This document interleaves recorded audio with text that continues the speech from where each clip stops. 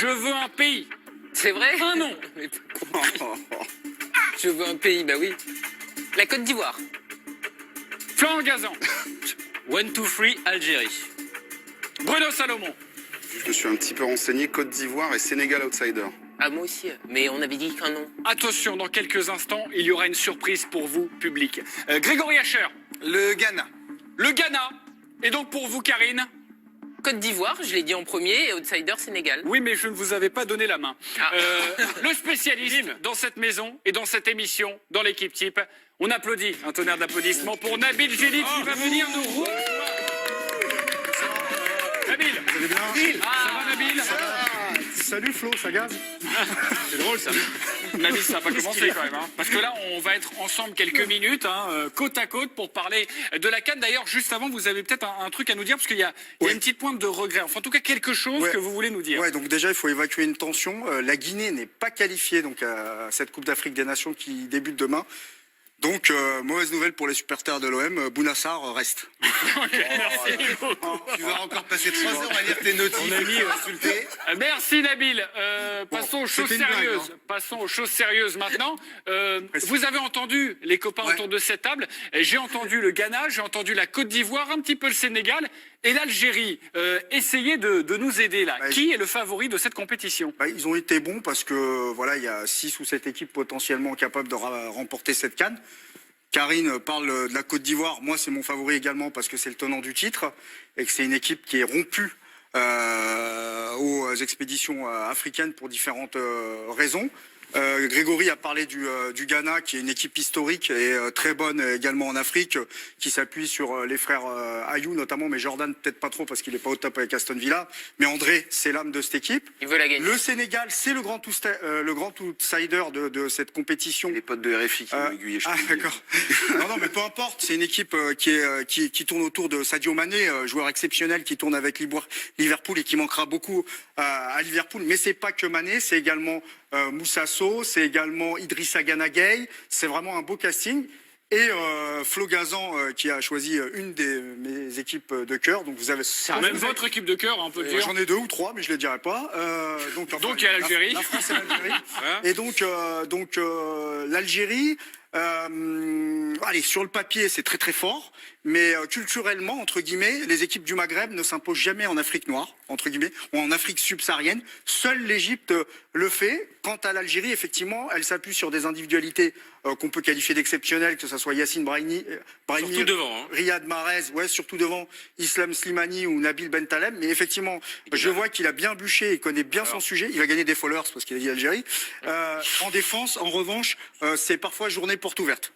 Ok, donc en tout cas pour vous, le grand favori, même si on a bien compris que cette CAN était très ouverte cette année, ça reste quand même un petit peu la Côte d'Ivoire. Qui est la star de cette CAN? Parce que c'est vrai qu'on parle beaucoup de Pierre-Emerick Aubameyang, il sera chez lui pour cette CAN, mais on parle aussi énormément en ce moment de Riyad Mahrez, vous avez cité son nom. Et pour vous, c'est qui? C'est Riyad Mahrez? Alors le joueur de l'année, celui qui est attendu et qui va avoir de la pression, c'est évidemment Riyad Mahrez, MVP du dernier championnat d'Angleterre.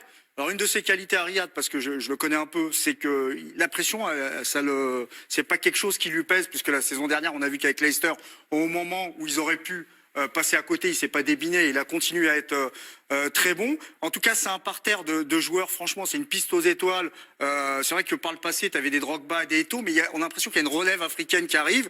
On a parlé de Mané tout à l'heure, Serge Aurier également avec la Côte d'Ivoire, qui est un super joueur qu'il va falloir suivre. Je vous conseille également de suivre, on l'a vu avec Karine quand on a été en Italie, à Bergame, Kessié, le milieu de terrain, qui s'annonce à Chelsea peut-être pour 25 millions d'euros parce que Conte le veut. Kodjia, également l'attaquant, qui a été un moment le meilleur buteur de Ligue 2, qui est aujourd'hui à Aston Villa, qui est un super joueur.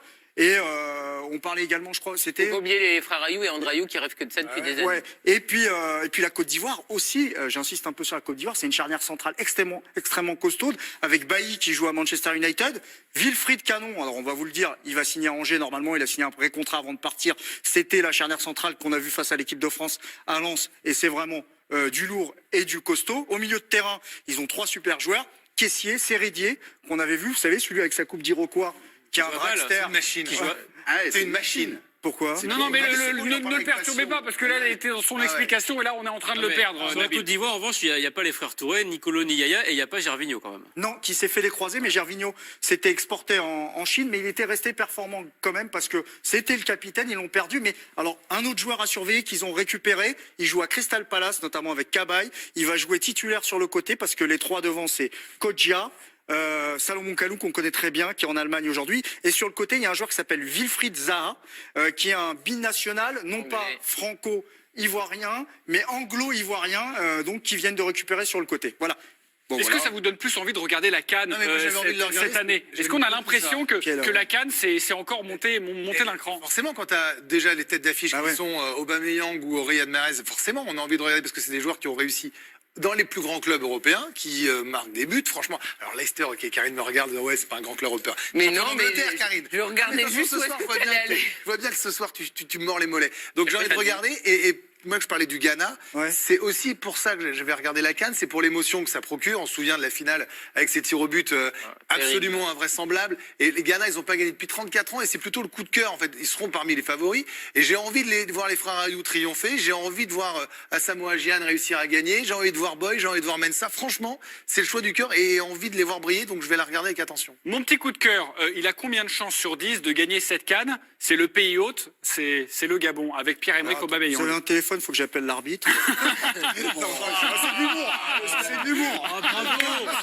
Très bon. Non, mais Non, mais c'est une transition qui est toute faite. Juste pour vous expliquer qu'en Afrique, il y a une particularité encore plus forte qu'en Europe, c'est que les équipes qui reçoivent dernier carré ou finale quasiment à chaque fois. Et c'est vrai que, bon, disons-le honnêtement, on l'a vu la dernière fois sur la compétition, une co-organisation entre le Gabon et la Guinée équatoriale. La Guinée équatoriale avait reçu un coup de pouce incroyable de l'arbitre face à la Tunisie. C'est aussi encore aujourd'hui, je veux pas mésestimer cette équipe gabonaise que je suis bien et qui est extrêmement intéressante avec Aubameyang, celui qu'on a eu chez nous à Lorient, et Kwale Menga qui avait rencontré Zlatan pour son premier match et qui lui avait mis un coup. Il y a Lemina également qui est là. Donc c'est une bonne équipe, le Gabon. C'est une équipe qui va avoir une pression à domicile. oui, mais l'arbitre va avoir son rôle à jouer, c'est ça que vous voulez nous dire quand Je même? pense que alors, je sais qu'on parle beaucoup Sur des 10, stats. combien de chances? On parle beaucoup des stats dans le football, et à un moment il y aura un coup de pouce. Mais ça ne veut pas dire que tu vas aller au bout. Mais Et Nabil, c'est vrai il y a pour pas tous. un hein. côté Nabil, Brésil. est-ce que tu pourrais nous parler des pelouses? Parce que quand même, pour jouer au football, il faut des bonnes pelouses. Comment sont les terrains au Gabon? Toi qui, Le finalement... stade de l'amitié. Alors les pelouses, c'est vrai que c'est un problème structurel du football africain. En 1987, quand Issa Hayatou est arrivé, il a dit que le premier truc sur lequel il travaillerait, c'est sur les pelouses. C'est à géométrie variable. Vous allez avoir les stades qui sont dans la capitale, notamment, qui vont être certainement de très bonne facture. Il y a des stades qui n'étaient pas totalement terminés. Peut-être que les pelouses laisseront à désirer. C'est un vrai problème du foot africain et c'est un vrai problème pour les équipes techniques comme les équipes maghrébines. C'est pour ça que je vous le Maroc, demande. Algérie, C'est pour ça que je vous le demande. Égypte, même la Côte d'Ivoire, ça joue au ballon. C'est pas que je balance devant. Hein. Il y a du technicien et tout. Hein. Dans toutes les équipes, il y a du technicien. Mais c'est vrai que ça favorise les équipes à impact athlétique. Très rapidement, Nabil, Hervé Renard, qui peut gagner une troisième CAN avec un troisième pays différent. Est-ce qu'il a une chance? Avec une chemise blanche. Avec le Maroc, hein. Avec une chemise blanche. Oui. Parce qu'il met toujours des chemises Oui, blanches. oui, je l'avais, mais en fait, faut enchaîner. Ouais, vite. Bon, non, le Maroc, c'est un bon outsider, sauf que gros écueil pour eux. Ils ont perdu Bouffal, ils ont perdu Belanda, ils ont perdu Tanan, ils ont perdu Amrabat, et il s'est bien organisé défensivement autour de Manu Dacosta, Benassia, mais vous avez quand même des joueurs qui sont toujours intéressants, qui sont là comme Dirar par exemple. Il n'a pas pris Ziyech, Hakim Ziyech qui joue à l'Ajax Amsterdam, acheté 11 millions d'euros, qui est le MVP du dernier Eredivisie, qui est un joueur fantastique qui a été plus ou moins annoncé à Marseille, mais je crois que c'est Pipoland. Donc pour le Maroc, ça va être compliqué à cause de ses absences et aussi peut-être compliqué à cause du fait qu'ils n'ont pas un tueur des surfaces. Mais pour terminer, je vous laisserai là-dessus. L'Afrique, c'est pas un continent comme les autres. L'Afrique, c'est le continent de l'irrationnel. Tout est possible. L'Afrique, c'est- Merci beaucoup en tout cas de nous avoir magnifiquement vendu cette CAN. Non mais restez là, restez là, juste parce que j'ai un petit quiz pour vous quand même. Très rapidement, Nabil, vous devez me donner les surnoms des équipes présentes On peut à la jouer CAN. aussi Ok, on va voir. On peut jouer ou pas? On va voir si vous arrivez à répondre avant Nabil, y a des vous points. aurez un point. D'accord. Ok, si vous arrivez à répondre avant lui, vous êtes prêts? Une petite musique d'ambiance si vous avez ça les copains. Et c'est parti pour le Gabon. C'est parti. Panthères du Les Gabon. Panthères, c'est une bonne réponse. Ils ont un deuxième surnom, c'est l'Azingo National. Le Burkina Faso. Les étalons, les hommes intègres. Il faut le battre, hein. Attention. J'ai hein. battu sur le Gabon. Un point. Non, non, non, non, non, non, c'est vrai, il a non, battu. non, non, Non, non, là-dessus, non, c'est non, du non. fair play. Oui, oui, mais restez là. C'est vrai, non, mais là-dessus, c'est vrai. La Guinée-Bissau. La Guinée-Bissau, Bissau-Nabissau. Non, c'est pas ça. C'est pas Bissau. Je sais plus. Un oiseau.